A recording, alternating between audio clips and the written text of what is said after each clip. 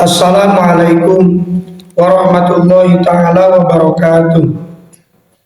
Bismillah, alhamdulillah, wassalatu wassalamu ala rasulillah Sayyidina Muhammad ibn Abdullah wa ala alihi wa sahbihi wa mawala. Amma ba'du. Allahumma salli ala Sayyidina Muhammad wa ala ali Sayyidina Muhammad. Syukur alhamdulillah kita bisa berjumpa kembali dalam channel ini.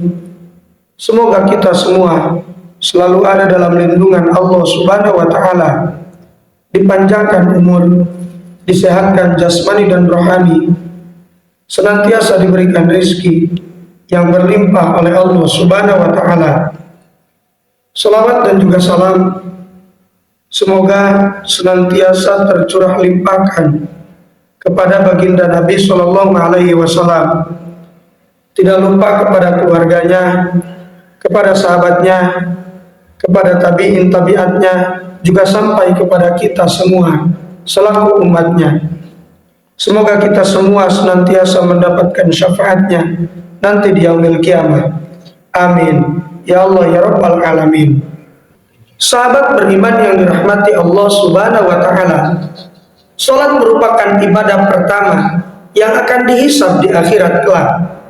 Oleh karena itu, salat menjadi kewajiban bagi setiap umat muslim. Tak hanya sekedar ibadah, ada banyak hikmah dan manfaat yang terkandung dalam ibadah salat. Salah satunya yaitu dapat mencegah diri dari kemaksiatan. Sebagaimana firman Allah Subhanahu wa taala di dalam surat Al-Ankabut ayat 45. Utlu ma uhiya ilaika minal kitabi wa aqimis sholat inna sholata tanha anil fahsyai wal munkar, yang artinya, bacalah apa yang telah diwahyukan Allah kepadamu, yaitu Al-Quran, dan dirikanlah sholat, karena sesungguhnya sholat itu dapat mencegah dari perbuatan-perbuatan keji dan munkar. Namun dari sini muncul sebuah pertanyaan, apakah sholat memang dapat mencegah seseorang untuk melakukan perbuatan maksiat atau dosa? Sebab ada banyak orang yang rajin menunaikan sholat 5 waktu, namun masih saja sering melakukan maksiat. Dan apa penyebabnya? Sahabat beriman, sebelum masuk pada persoalan inti, hendaknya kita ketahui terlebih dahulu makna pengaruh sholat dalam mencegah diri untuk melakukan kemaksiatan. Kaitannya dengan pembahasan ini, ulama berbeda pendapat mengenai tafsiran ayat yang tadi saya bacakan.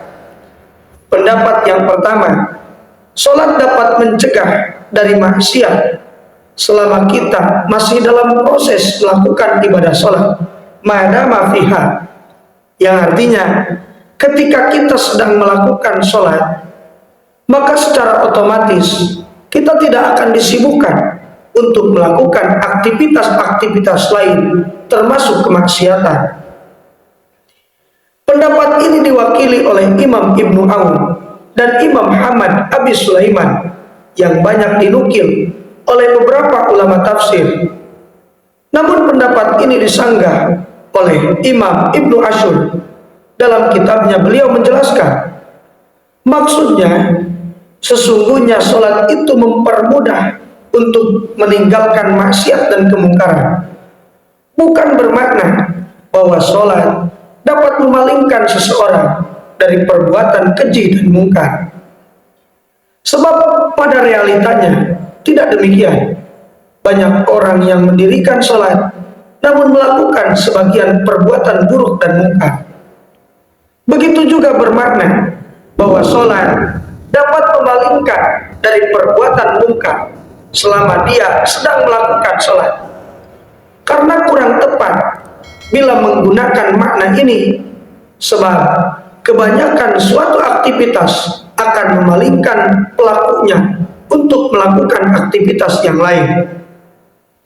Pendapat yang kedua, sholat memang dapat mencegah diri untuk melakukan suatu kemaksiatan, baik saat kita sedang melakukan sholat maupun saat melakukan aktivitas lain di luar sholat itu sendiri.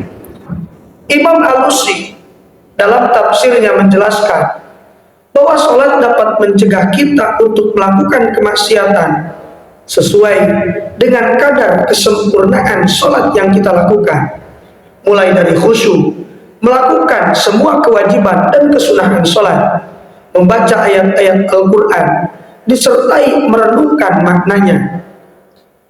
Imam Alusi menegaskan, terkadang pengaruh sholat yang bersifat mencegah dari perbuatan maksiat itu akan melemah, sehingga seakan-akan sholat tidak mencegah sama sekali untuk melakukan maksiat. Hal ini seperti pada sholat yang dilakukan dengan kelalaian dan dengan ketidakkhusyuan dan tidak melaksanakan semua hal yang seharusnya dilaksanakan ketika sholat, seperti khusyuk, merenungkan makna ayat-ayat yang dibaca, dan lain sebagainya.